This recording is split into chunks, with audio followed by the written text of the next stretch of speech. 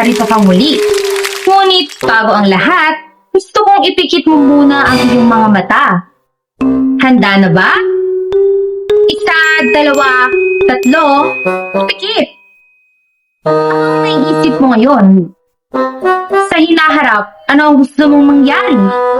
Ating tukuyin kung bakit nga ba kita pinakit sa tulong ng kayutay na ating tatalakayin.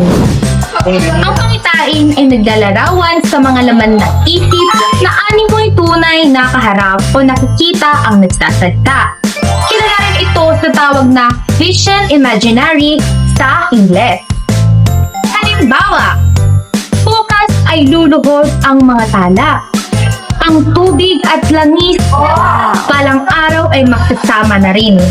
Kung tuluyan mo nga ang nauunawaan ang tayutay na ito, ay muli mong ipikit ang iyong mga mata.